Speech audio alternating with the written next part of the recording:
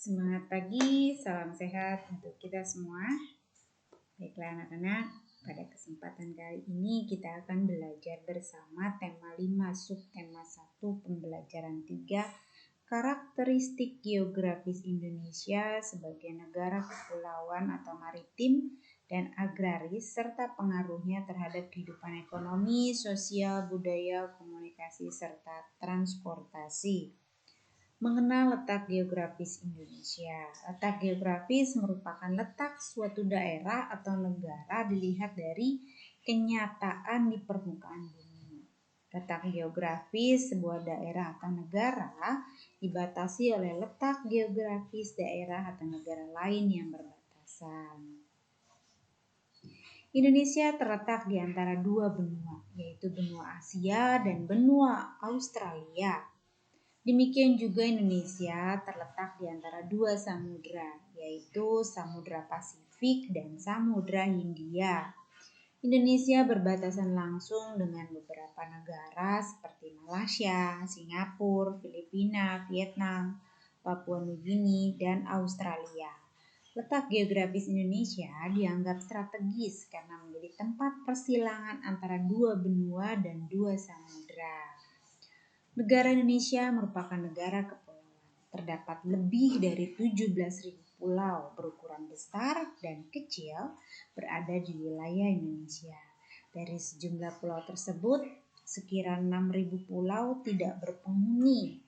Beberapa pulau besar di Indonesia di antara lain Pulau Jawa, Kalimantan, Sumatera, Sulawesi, dan Papua. Sementara itu, beberapa pulau kecil yang berada di wilayah Indonesia antara lain Pulau Nias, Siberut, Bangka, Belitung, Madura, Bali, Lombok, Flores, Ambon, dan Halmahera.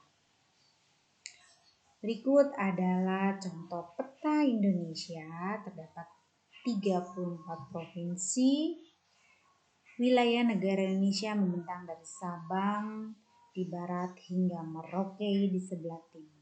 Terdiri atas daratan dan perairan. Luas daratan Indonesia adalah 1.922.570 km persegi, sedangkan luas perairan Indonesia adalah 3.257.483 km persegi.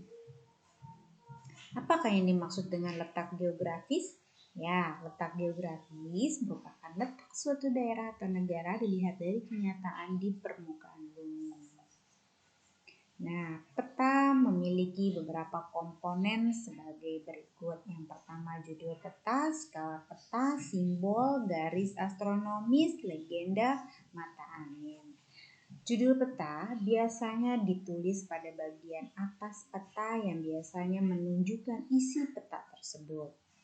Sedangkan skala peta merupakan perbandingan jarak pada peta dan jarak sesungguhnya.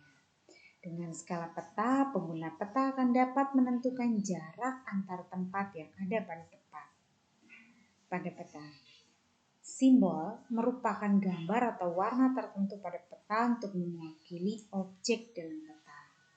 Garis astronomis merupakan garis hayal pada muka bumi. Garis-garis mendatar atau horizontal yang terdapat pada peta disebut garis lintang dan garis tegak disebut garis bujur. Legenda merupakan keterangan beberapa simbol yang digunakan pada peta untuk memudahkan pengguna peta memahami isi peta. Dan mata angin merupakan pedoman utama arah mata angin. Mata angin mengarah ke atas menunjukkan arah utara. Negara Indonesia sebagai negara kepulauan terbesar di dunia. Tak heran terdapat berbagai jenis ekosistem yang ada di Indonesia, baik ekosistem darat maupun ekosistem air. Akan tetapi ketahuilah bahwa Indonesia memiliki beragam suku, adat, dan bahasa. Bagaimana mungkin semua penduduknya dapat berkomunikasi dengan menggunakan satu bahasa, yaitu bahasa Indonesia? Mari kita cari tahu sejarah tentang penggunaan bahasa Indonesia dari topik berikut. Sumpah Pemuda merupakan salah satu peristiwa penting dalam sejarah nasional Indonesia. Peristiwa ini makin menyadarkan masyarakat Indonesia yang kala itu berada di bawah penjajahan Belanda terhadap pentingnya persatuan dan kesatuan untuk melawan penjajah.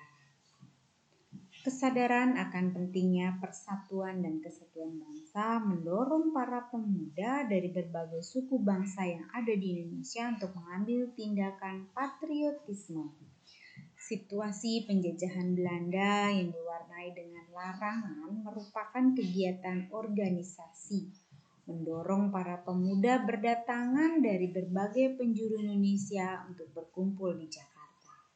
Kongres Pemuda yang diadakan pada tanggal 27 dan 28 Oktober tahun 1928 melahirkan peristiwa Sumpah Pemuda. Peristiwa ini menginspirasi seluruh lapisan masyarakat Indonesia terhadap pentingnya persatuan dan kesatuan. Pada saat itu, para pemuda yang berbeda suku, adat, dan bahasa bertekad untuk bersatu dengan membacakan sebuah sumpah. Sumpah ini merupakan janji pemuda mewakili masyarakat Indonesia untuk bersatu membentuk sebuah negara merdeka yang bebas dari penjajahan.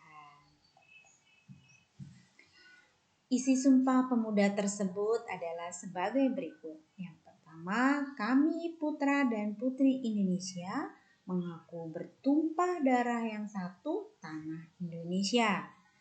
2. Kami putra dan putri Indonesia mengaku berbangsa yang satu, bangsa Indonesia.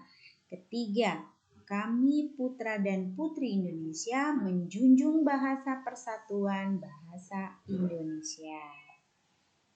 Selain mengucapkan ikrar, pada saat itulah pertama kalinya lagu Indonesia Raya diperdengarkan. Lagu yang diciptakan oleh Wage Rudolf Supratman atau lebih dikenal dengan W.R. Supratman ini meningkatkan semangat persatuan dan kesatuan bangsa di kalangan pemuda untuk segera membentuk sebuah negara yang merdeka dan berdaulat. Setelah merdeka, lagu Indonesia Raya menjadi lagu kebangsaan Indonesia. Baiklah, sampai sini dulu penjelasan dari Ibu Guru. Semoga kalian bisa menyimak dan memahaminya.